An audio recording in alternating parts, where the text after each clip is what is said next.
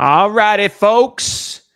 It is the Swarm. I'm Spencer, aka Mr. Fancy, with my man's Ruben 713 Houston Sports. Ruben, how are we today, brother? I'm not gonna lie, I'm kind of sad, man. I've been, on the lookout for this beer that has just became available, and I'm pretty sure you guys all know what it is. The Bush Red Apple Light, and it is just that was the first beer, Spencer, that I had ever tasted in my life. And right now it is escaping me. It is seasonal, so you got to get it when it's available. Other than that, I'm swarming. I'm excited. Yeah, we gotta get you that beer, man. We gotta find what is you said it was Bush Green Apple, Red Apple. You see, that's Red the thing. Apple. You don't even know, I brother. don't. You gotta get me this beer. We gotta find it and we gotta crack one together. We got to crack one. I would love that. That'd be awesome. So today we are going to be breaking down our prediction. This is our first live episode of the Swarm, by the way. So if it's your What? first time watching the Swarm, hey, let us know in the comments. But me and Ruben are going to be predicting. It's way too early. It is May. Okay, I'll keep an eye out for it when I go to the stove. I'll keep an eye out for You it. ever see, dude? I would do Bush Red nasty. Apple. I would do nasty things for that Bush Light Apple. Bush Red Apple. Okay. I mean, hey, I'm normally more of like a basic, like if I'm gonna really venture out, I'll go Carbach, but catch me with some Michelobes and Miller Lights because they're light on the calories, and I ain't trying to, pack on the poundage. Because if I'm drinking beer, I'm drinking for quits. You know what I'm saying? I feel you, Spence. I feel you. So it is way too early. It's May 8th. So we have a lot of off season left to go. We have OTAs coming up, training camp. But we're going to go ahead and take a crack at predicting what we think the starting lineup on offense and defense will be for the Houston Texans in 2025. Ruben, before we get into it, do you want to just touch on the special teams? Because I don't have that on the graphic we're going to pull up here in a sec. Nah, it's okay. But we know Frank Ross is gonna have the boys swarming. Year in, year out, the special teams for the Houston Texans has made plays, has won you games, has also, launched you some games as well. But I would say the past couple of seasons, the special teams has been a positive for the Texans. How are we feeling about Kaimi Fairbairn? What's the pulse check? I don't know, because inside I trust him, but outside I don't trust him. And here's the thing: Kansas City, outside; Buffalo, outside; Baltimore, outside. Those are the teams that you're gonna have to face if you want to continue to just be a 10-7 wild card team. No, you want to get a round 2 game here in Houston. We haven't had that here yet. Yeah, and you need good kicking for that to happen. So I'm with you. I'm a big fan of Kaimi. I feel like he gets a bad rap. I think if we look back at him historically as a Houston Texan, longest tenured Texan now that other special teams member John Weeks is gone, Kaimi Fairbairn is now currently your longest tenured Houston Texan. Tommy Townsend, the punter, he was okay last year. He had some good punts, but I also remember several that were like shanks, super short punts, like 30, 40 yards. Not a fan of that. Need Tommy Townsend to be more consistent, but he has a cannon. We saw some mega bomb punts from him last year. All righty. Let's see. Comments before we get going. What's up? What's up, H-Town Red? H-Town Red. Higgins agrees to $11 million for 4 years. Is that shit real? Yeah. First fully guaranteed contract for a second-round pick in NFL history. First of many. Yeah, Ruben, to me, this is all but confirmation from what I thought already was Nick Caserio, true to his word, would have taken this man at 25 if he didn't have that trade back on the table. I think this contract is evidence of that. He traded back, but still got his guy. Look, man, you're telling Jaden Higgins that, hey, we believe in you so much that we're going to guarantee your deal. And that's the first time, like you mentioned, the first time it's ever happened for a second-round pick. I think this is going to start a trend for not only the second round, but the third round as well. Jaden Higgins, congratulations 11 years. I'm sorry, 11 million fully guaranteed. Fantastic. Yeah, What would that's you do if you got 11 million guaranteed just right out the oh, gate? I would do some sick, Mm, disgusting things with that money, Ruben. I'd be paying off all my debts. I'd be okay. debt free. We're getting rid Yeah. of all that. We're getting rid of all the mortgage. We're getting rid of the car. Like we're paying everything off, and then I don't know from there. I'll probably take a vacation. Okay. Probably go see the world a little bit. Okay. Definitely quit my job. I'll quit my job if I get 11 mil. Just I don't have to do anything for it, or do I have to work out and be in football shape like Jaden No, no, Higgins is no. going Like to you have to? just like just someone just said, you know what, Spencer, I love your work so much with AD. I put you in my will. Well, dude, did you hear before we get into the starting lineup? Did you hear about these guys that took down the Texas lottery? I heard about that. Dude, that is crazy. If you don't know, these guys went around, they bought like 20 and they won and they ended up making profit from how much they paid. They won like the $95 million jackpot. And so now the state of Texas is trying to not pay them and saying this is the greatest theft the state of Texas has ever seen. It's so bad, dude, that they don't want to do the Texas lottery no more. Yeah. Like they got robbed, and hey, you know, if you're gonna essentially rob the millions of people who play, because everyone knows that, you know, you're not winning the lottery if you play. But hey, if it's you, congratulations. This guys, they tricked the system and they won. I have no issue with you tricking the system and Yeah. winning. I respect the hustle. They had to have $25 million sitting They around had to to. spend that. Yeah. So good for them. I will say they need to get paid though. They gamed the system. Even if that's my tax dollars that are going towards that, At least give them half of it back. a win.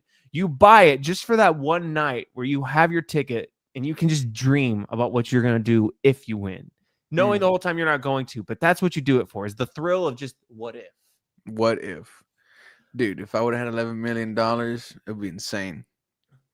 Yeah, I can imagine the things that you would spend your 11 mil on, my guy. It'd be snowing. It'd be snowing in Houston, I'll tell you that.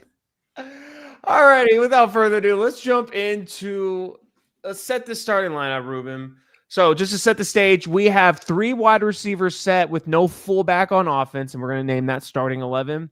And we'll do the nickel package on defense. So 4 defensive linemen, 2 linebackers, 2 safeties, and 3 corners.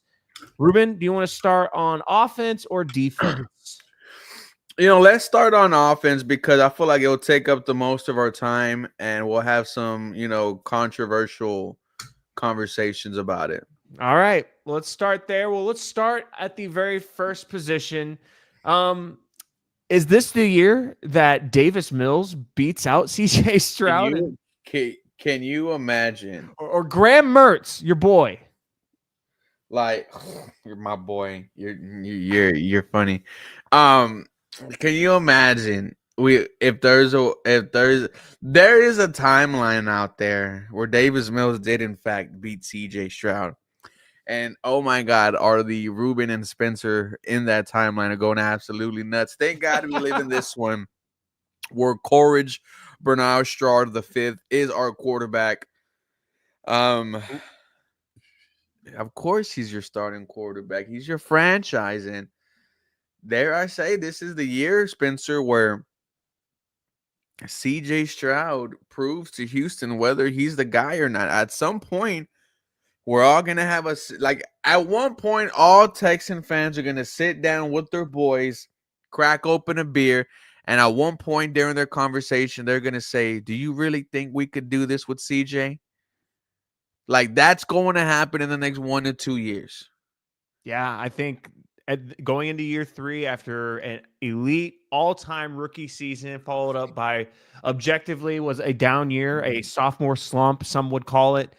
It's going to be in a very, very important year for CJ Stroud. Which one are you? Are you the guy from your rookie year, or are you the guy from the sophomore slump? We will find out. I think he's going to have a system around him that's going to give him a chance for success. We'll find out about Nick Caley in that offense and how he can use CJ Stroud. Let's go to the running back. What are we thinking here? Is this another controversial one? Is it this year that Damian Pierce breaks out fully? No, this is Joe Mixon, baby. This is your veteran who was coming off of a 1,000-yard season and double-digit touchdowns, expecting another 1,000-yard season and double-digit touchdowns. We might have to see another workhorse type of year from Joe Mixon. Yeah, I think he, despite another year older, he's approaching that age where running backs historically in the NFL start to fall off hard. I still think, based on the last time we saw Joe Mixon against the Chiefs, I still think he's got plenty of juice left. He's got tread on those tires. I'm excited. I like Joe Mixon. He is the man in the backfield with CJ Stroud. All right, let's go to wide receiver one then. It's Nico. 12's out there. 12 is out there somewhere. Yeah, I'm with you. Yeah, Nico Collins. Where do you put Nico Collins objectively in terms of like the elite of the NFL's wide receivers? Well, you could argue, and this is a great question by you. You could argue that before his injury, he was numbers wise now. He was a top 3 wide receiver. And what I mean by numbers wise is if you put up all the stats of the wide receivers at that point in a row and block the name and block the number, you would look at Nico's stats and say, that's a top 3 wide receiver. Now you were just hoping that he did that, throughout the whole year. Unfortunately, went out with the hamstring injury. But, I can't ignore that when he was healthy, he was leading the league in yards per game. So I definitely think Nico Collins is a top 10 receiver. And I'll leave him right there around the 10, 9, 8, 7 area. And hopefully this year he puts himself into that top 5.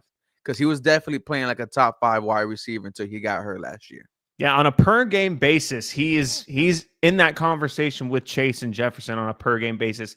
Health's been a problem with him these past 2 seasons. We'd like to see him play, a full 17, but when healthy, it's hard pressed to find someone who's got a more complete game in the NFL than Nico Collins. All right, now we are on the outside wide receiver. I'm going to go ahead. I'm going to proclaim. I think this is going to be Jaden Higgins. We mentioned earlier the guaranteed contract. To me, you don't guarantee a contract for a rookie unless you are intending them to be a mass offense. I think this is Jaden Higgins, Ruben. What do you think? I absolutely agree. And when you look at it on paper, you got 2 wide receivers, 6'4", 4.4 speed. Who are you going to double cover? At first, it's going to be Nico Collins, but then Jaden Higgins is going to start to win some matchup. And then what happens? Then you got your wide receiver 3 and your tight end eating in the middle. I can't wait. Do we have a number announced yet for Jaden Higgins? I don't, but hold up. Dre said Collins plays mostly on the left side. Should we switch Collins to the left side? Oh, so this is a good point of conversation. I first off, I'm not gonna lie, moving it around a little complicated, so we're gonna leave him there. But I think this is a good topic to talk about because I think with the addition of Jaden Higgins, I think we see Nico Collins get moved around a whole lot more, just like Nick Caley did with his wide receivers in Los Angeles with the Rams, always moving him around different parts of the formation, putting him in motion. So I don't think we're just going to see Nico Collins just put out on one side of the field the whole game. I think he's going to be used a lot more creatively this year with Nick Caley as opposed to Bobby Slowick. Shout out to Dre for that, and shout out to you, Spencer, for that analysis. I would agree. And I mean, once we finish talking about, I'll go in depth about the wide receiver group, but I am very high on this unit, Spence. What's a number? Let's give Jaden Higgins a number. Man, okay, if you would want, I give me 83. 83. Give me the ghost. Give me the ghost of Kevin Walter. If Nico Collins is going to be my modern day Andre Johnson, then I need my modern day Kevin Walter, where maybe he's not cracking 1,000 yards, but if you're getting 700, 800, that's a wide receiver too. And one thing about Kevin Walter's he was called Mr. Reliable. Whenever a big play needed to happen, the play against Cincinnati Bengals, rookie quarterback TJ Yates finding Kevin Walter for the tutty. All How can time. you forget that?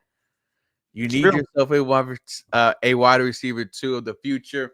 Give me number 83, the ghost of Kevin Walter. Hey, I love that. Dude, we need wide receivers to bring back wearing numbers in the 80s. I like the new era where guys can wear single digits. I don't want to take that away, but I also don't like seeing guys like Rashid Shaheed of the New Orleans Saints wearing 22 and you're a wide receiver. If you're a 22, you're in the backfield. I'm sorry. I'm old school like that. And so for me, I need more wide receivers wearing numbers in the 80s. Yeah, Fair. I can't stand Rashid Shaheed Agree. just for his jersey number alone. It's gross. All right. I think that means for our other wide receiver, I think this is where we put Christian Kirk, unless you have any high hopes. Does Jalen Noel have a chance No, to you got to overtake give a him? nod to the veteran, but it would not surprise me if later on in the year we see all four of these wide receivers on the floor at the same time. Yeah, I agree. I think that's going to be it's going to be very interesting to see how far along and how long it takes um for Jalen Noel to get really involved with the offense. Is it Noel or Noel? I don't know. That's something I feel like we'd have to do some digging on like his interviews where he says his names. I would go Noel, but Noel sounds good. It kind of rolls off the tongue a little bit better. Okay. Jalen Noel.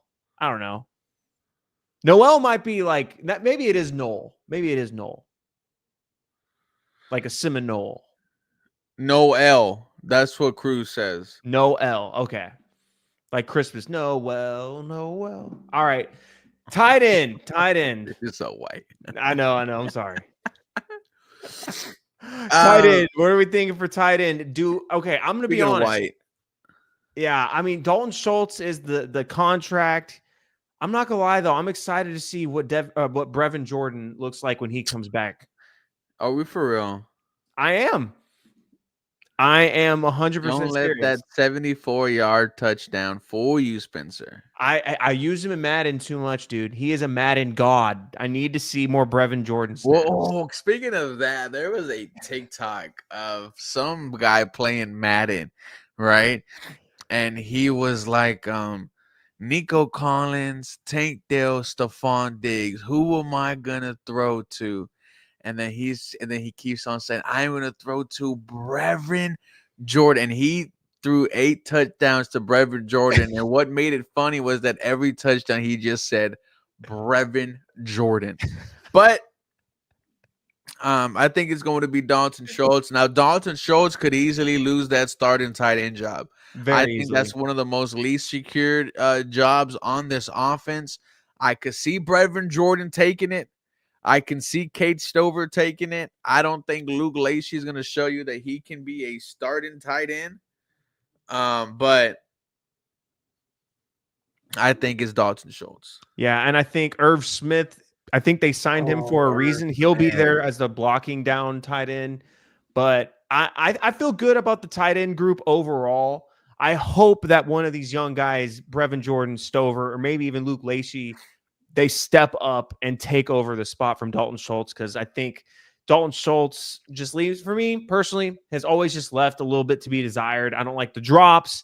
The lack of athleticism is jarring. We saw last year he's a horrible blocker. I sometimes find it hard to watch Dalton Schultz play football sometimes, Ruben. I'm not going to lie to you. You know, it was definitely hard to see it this year because you just saw lack of effort, him just reaching out with his one hand. And when you saw him the year before, you know, you could say he was one of the reasons why you got into the playoffs. If he doesn't make that catch against Tennessee, Yeah. where would the Texans would have gone? Oh my gosh. Yeah. I don't know what Keenum was doing on that throw. It should have been picked off, but yeah, Dalton Schultz, forever a legend for that play. I will put respect on his name there. All right. Now's the fun part for the offense, and we saved it for last. The offensive line. Now, Ruben, this is disgusting, and it's not going to be very satisfying whatever we pick.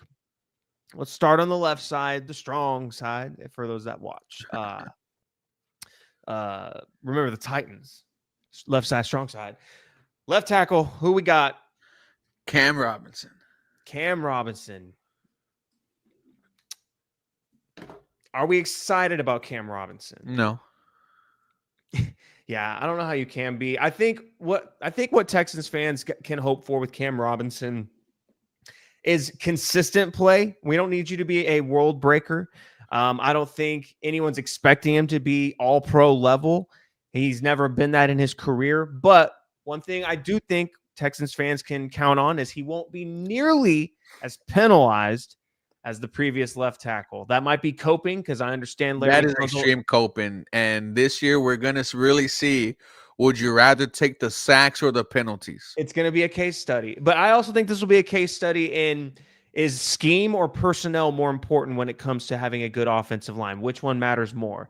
Because if Cam Robinson can succeed as your left tackle after you downgrade from Laramie Tunsil to Cam Robinson and your offensive line as a unit takes a step forward from how horrible they were the year before, that's going to be because of Nick Caley's scheme. Maybe. All righty. Any chance that Ariante Ursary takes this spot or maybe the other side? I don't know about you. I'm not going to pencil him in at the right side. I have another candidate for that one. No, I don't. I'm barring injury or once again CJ Stroud's one of the most sacked quarterbacks in the NFL. I don't think we see a lot of Ariante Ursary this year unless he's just that dude. Unless he's just something we haven't seen in a very long time on this offensive line. Yeah, I agree. Left guard, I think this is where Titus ends up. Titus personally. Howard. Yeah, I think this is where Titus ends up. I think just with Titus Howard being the most versatile piece on the offensive line, I think you see him get moved around a lot. I don't think he plays left guard all year. I think if there's an injury, you see him go to tackle. And I think there might even be a chance he lined up on the other side. On the other side at right guard, if maybe Laken Tomlinson's more comfortable at left. I think he was left with Seattle. I don't know, but I like Titus Howard's versatility. He is now your longest tenured offensive lineman, so you've got to count on him. Hopefully he can get back to the Titus Howard we've seen in previous years where he was genuinely one of the best tackles in football. Agree. And, shout out to Titus moving everywhere for this offensive line. He's doing what the team needs him to. Indeed he is. Oh, okay. Hang on. I'll get to that in a sec. All right, center. I'm going to fight you on this one, I think, because I think Jarrett Patterson's better than Juice Scruggs. I don't know who's better at center, to be honest with you. I'm going to give the nod to Juice Scruggs because he is a second-round pick, and you do not want to, once again fail on another high draft pick on an offensive lineman because that's what it would be, is a fail. And Kenny Green, first rounder, bust. Juice Scruggs, second rounder, bust. If Jarrett Patterson wins the starting job, then you could just tell Nick, hey, don't draft any offensive lineman until it gets to rounds 4, 5, 6, and 7. Come on. But I'm hoping for the sake of where we selected Juice, all the assets we gave up for him, he is our starting center. I'm going to put him here, but I want you to know I'm not happy about it. No. Put Patterson. Put Patterson? Okay, bet. Go ahead. Because here's the thing. Just from what I've seen, and someone in the comments mentioned it, that they're pretty much the same level of player. While I agree, I've seen the offense look better when Jarrett Patterson was playing center his rookie year. I'm hoping that we can recapture that. And I even thought at times last year, Patterson was better than Scruggs. I felt like they were forcing the issue with Scruggs. I won't forget Nick Caserio talking about how he thought he probably was better. What was it? He said he thought he was better at guard than he was at center. No, he's a better center than guard. Was it the other way around? Yeah. Either way, not a ringing endorsement because I still think Jarrett Patterson, what we saw from him in 2023 when he was filling in, I was a big fan of him then. I think you nailed a 6th-round pick, and I just want to give him a shout out. I want to give him love over Juice Scruggs. Jarrett Patterson's 54. Yeah, after this, I would not trust Nick Caserio drafting a lineman in rounds 1 and 2. I mean, that's totally fair, dude. All righty. Let's go to right guard. I think this is going to be where now things get interesting. You've got Laken Tomlinson, you've got Ed Ingram. Now that I've supplanted him from the center position, we could see Juice Scruggs listed here as well. What are you thinking here at right guard? Ooh. Let me go ahead and say Laken Tomlinson. Even though Laken Tomlinson has not played right guard before, I think the Houston Texans are going to put their 5 best offensive linemen out there. I could also see Ed Ingram starting here, but Ed Ingram, according to PFF, last year was one of the top 5 worst guards on PFF. So I think they want to go with Laken Tomlinson, the veteran, was a Pro Bowler many moons ago. He himself is tweeting how his best ability is his availability. So we'll give him a shot here, right there, right guard. Yeah, the other name that's interesting, we talked about it before the show, but we've been seeing this propaganda a little bit from the Texans. Okay, yeah, let's talk about it. Ladarius Henderson, the 7th round pick from 2024, who was injured all of last year. I don't know. They seem to be talking about how he's in great shape. Could they be just getting us ready for him to win one of these spots in training camp? Okay, so shout out to the group chat and shout out to Dr. Barrett. He was the first person who I saw with this Ladarius Henderson propaganda. And I think I even remember the tweet he put out there. The guard is on the roster, and he posted a picture of Ladarius Henderson. And then this idea, it caught fire, right? It gained traction.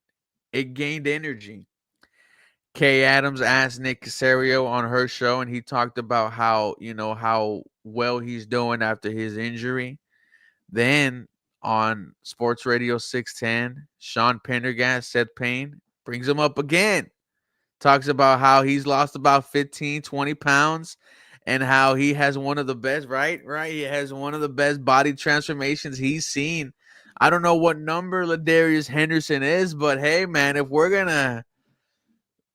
wouldn't mind putting him right there at right guard. I understand. Like, if it's between Ed Ingram, Laken Tomlinson, and Ladarius Henderson, I'm gonna put Ladarius Henderson. I'm doing it. Let's buy in. And you know what? He doesn't have a number yet. I know what number's available that he can have. 76.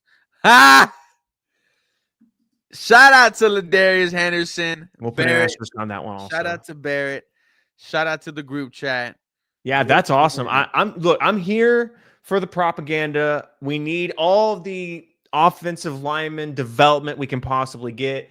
And if Ladarius Henderson's going to come in out of nowhere, he's going to save the day. That would be amazing. All right. Right tackle. I think this is going to be the most important player development, speaking of the entire offseason.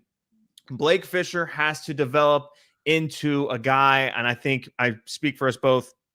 He will be the starting right tackle week 1 for the Houston Texans. My hopes that for Blake offensive Fisher. Line is not sexy. Yeah, I'm not a fan. But for Blake Fisher, Ruben, do you have faith in him? Yeah. Trent Brown on the roster as well? I have a lot of faith in Blake Fisher entering year 2. To me, he's been he's been one of the players that I said, yeah, he is he is going to be your starting right tackle. So very high on Blake Fisher.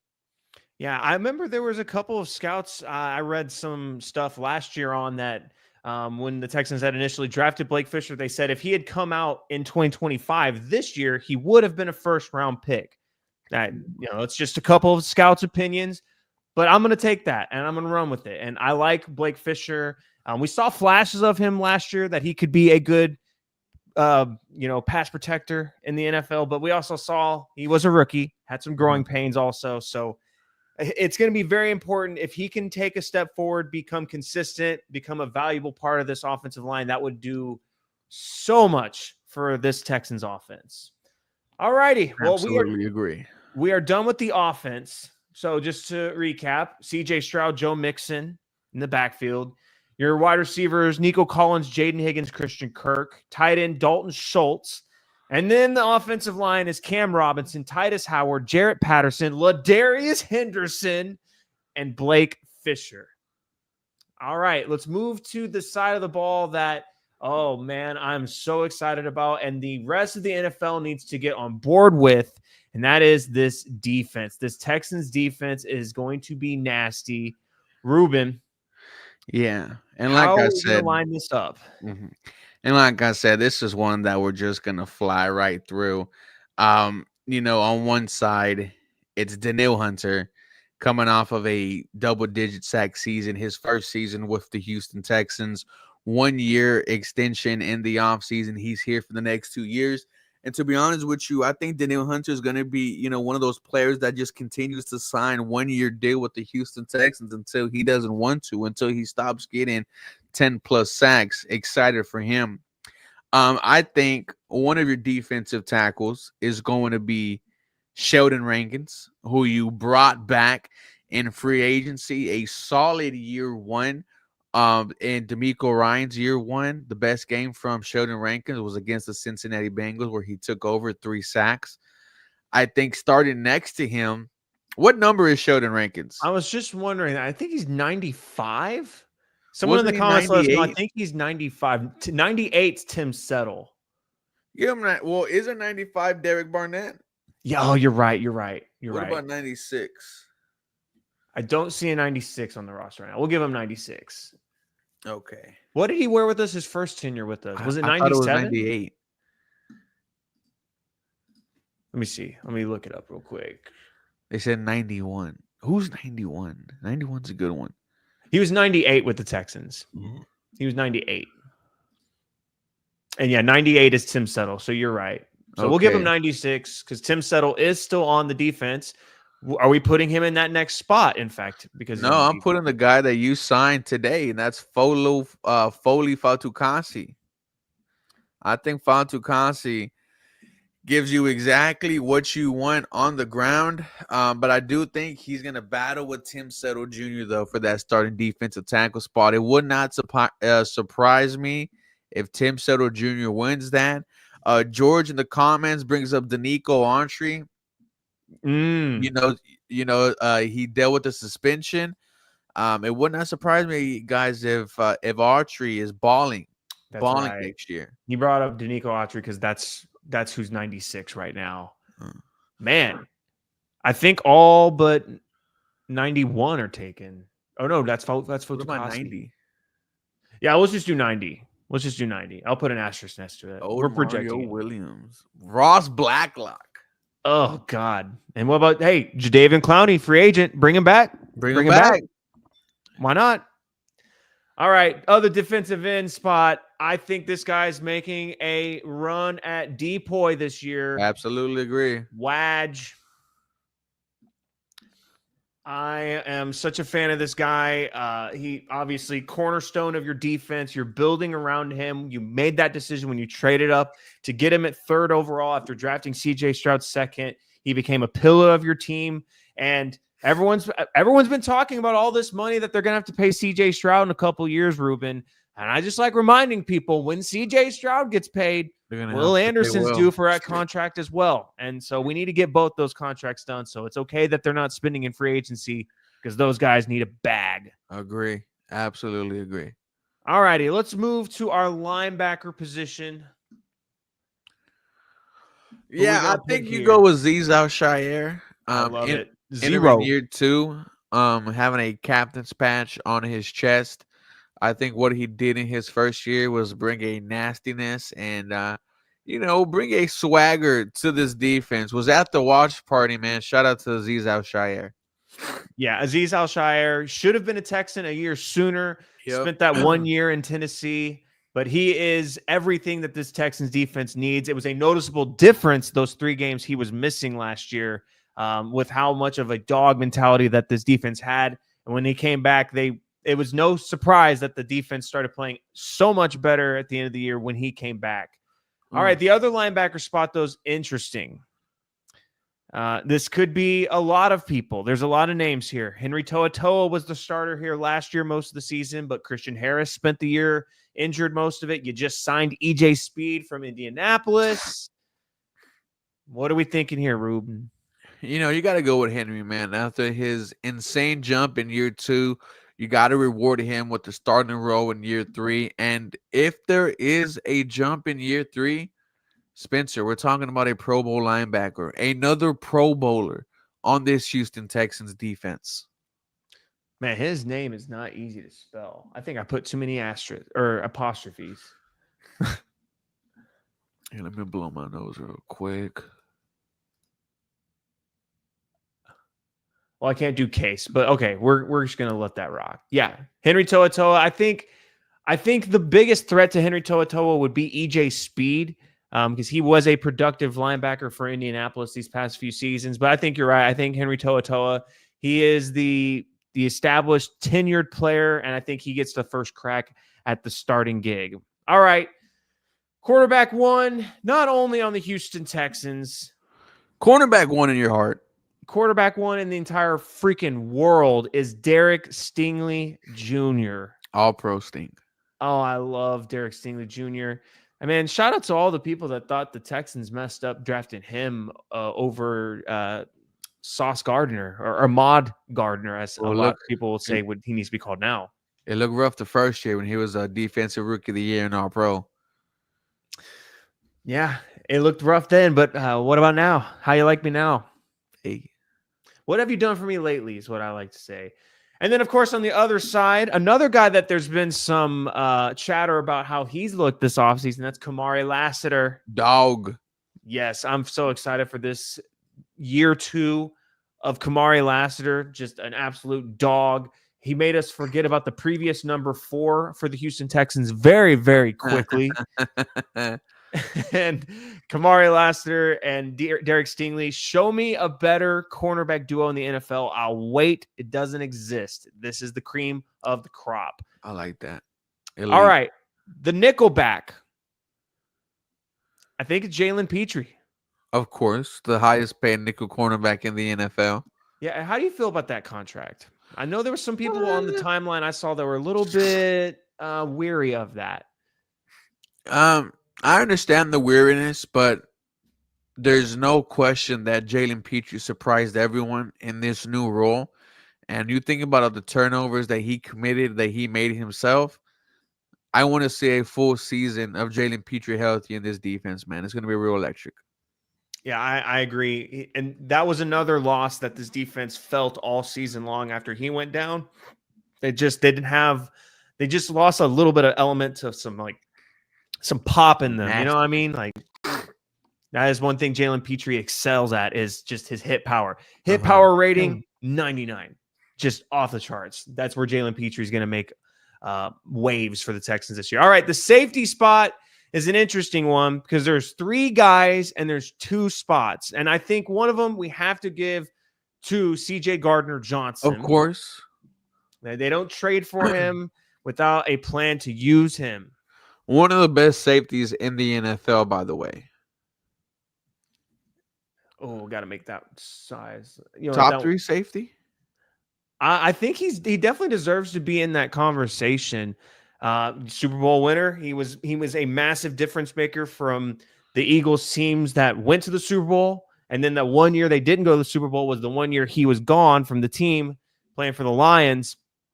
And I think he came back last year, made a big difference. And I think we see him make a difference for this Texans team. He perfectly embodies what Swarm is all about. Absolutely. Now, this last one's interesting. I think it should be Kalen Bullock. It should be Kalen Bullock. However, this is why I say it should be. This is another player I've been seeing a lot of propaganda about. They insist that Jimmy Ward is still going to be a huge part of this defense. Do we see him start over Kalen Bullock? Absolutely not. Absolutely not. Jimmy Ward's days are behind him. I think a lot of us see him in that backup role. Kalen Bullock, this is his time to shine. This is his time to announce himself. An amazing year 1. Yeah, I mean, I'm definitely being a little facetious with that. but it is. I think it's just worth noting, and I think Nick Caserio and D'Amico Ryans, they have a history of just being like, yeah, we don't care what the fans are saying because we're just going to do what we think is best for his football team. And because I think everyone that has played with Spot Track in the Texans roster this offseason has cut Jimmy Ward. I know that's one of the first things I usually do is cut Jimmy Ward. I remember before the offseason started, first two things I was doing, I was cutting Shaq Mason, I was cutting Robert Woods, and then I was cutting Jimmy Ward. I was cutting them all. He didn't get cut. I think with all the positivity, all the positive propaganda we keep hearing about him also, I just feel like he's going to have a massive, massive role on this Texans defense. But it should be Kalen Bullock. But, man, I love that defense. That defense is nasty, elite, nasty stuff. How many Pro Bowlers? It's going to be how many wins does this team get you is going to determine that. I'm going to say we have 5. I'm going to say we have 5. I'm going to go Nico Collins, Derek Stingley. I think those are 2 no-brainers. I think Will Anderson gets in. And you know what? Let's call bounce back for CJ Stroud, and I'll throw Danielle Hunter in there as well. Okay. I like that. There's my 5. I'll 5 take Pro that. Bowlers. How many for you? I'll go Derek Stingley, CJ Gardner-Johnson. Let's go Will Anderson, Nico, CJ. Let's go Mixon again. Yeah, but like Brandon said, 0 Pro Bowlers because they'll be at the Super Bowl. Good call. Good call. Like how about this one? I got one for you. How about Ladarius Henderson, All-Pro on the way? On the way. Calling it. Ladarius Henderson. This is a Ladarius Henderson Stan account. All right. He will develop and be the man. We have to have Ladarius Henderson develop into something. Save us. I love it. Oh, man. But I actually am. Putting this lineup together just got me so excited for football, Ruben. We're almost there, bro. It's May, man. Next thing you know, it'll be training camp and then preseason and then week 1. It will fly by. It always does. But Ruben, this was fun, man. Our first episode of the Swarm Live. I love it. The comments were swarming. Yeah, I think this was a lot of fun. Maybe let's do a pulse check on this. Maybe we do this one more time before the season starts. Maybe we do this again in August around training camp, and we can come back and compare and see if the Ladarius Henderson hype train really took off or not. Let's do it. I'm down. All righty. Well, thanks everyone for tuning in. Me and Ruben do weekly episodes of The Swarm over on Athletically Declined. If you are not subscribed there, please go give us a subscription over on AD. We do all kinds of content over there beyond just Water Boys. Yeah, Water Boys. What's up, fellas? Yeah, come hang out and give us a sub over there on AD. We appreciate all the love and we can't wait. We got basketball going on right now. Baseball's full effect. Wrestling, Ruben, y'all been heavy on the wrestling content lately. Yeah, back-to-back episodes of talking turnbuckles, reacting to whatever the hell happens on Monday Night Raw. How many people got in this stream tonight? Tonight, we got 64 tuned in on YouTube. It's dropping a little bit now because we are wrapping up, but 70 overall. Good numbers. Hey, look at us. Well, all righty, y'all. Well, thanks for tuning in. We will be back with Houston Texans content in the coming weeks. Ruben, plug yourself and we'll get out of here, man. Yeah, man. Dropping daily Houston Texans content, 713 Houston Sportcast. We did a video today on Ladarius Henderson. Once again, shout out to the group chat. Shout out to Bear for coming up with the notion himself. And then Mondays, Wednesdays, Fridays, you can find me and my guy Harley Dugan on the Bleacher Report app, 6 to 6:30. Yeah, I love seeing y'all on the Bleacher Report app. That's like one of my. I usually get home from work, and y'all take me through my number 2 when I get home from work. All right. Lots of toilet time. Hopefully we help guide it, a smooth landing. Hey, absolutely. That's the best way I need. That's the kind of content that helps it go down smooth. You know what I'm saying? Love it. All righty, for everyone. Thanks for tuning in. Until next time, go Texans, and y'all take it easy.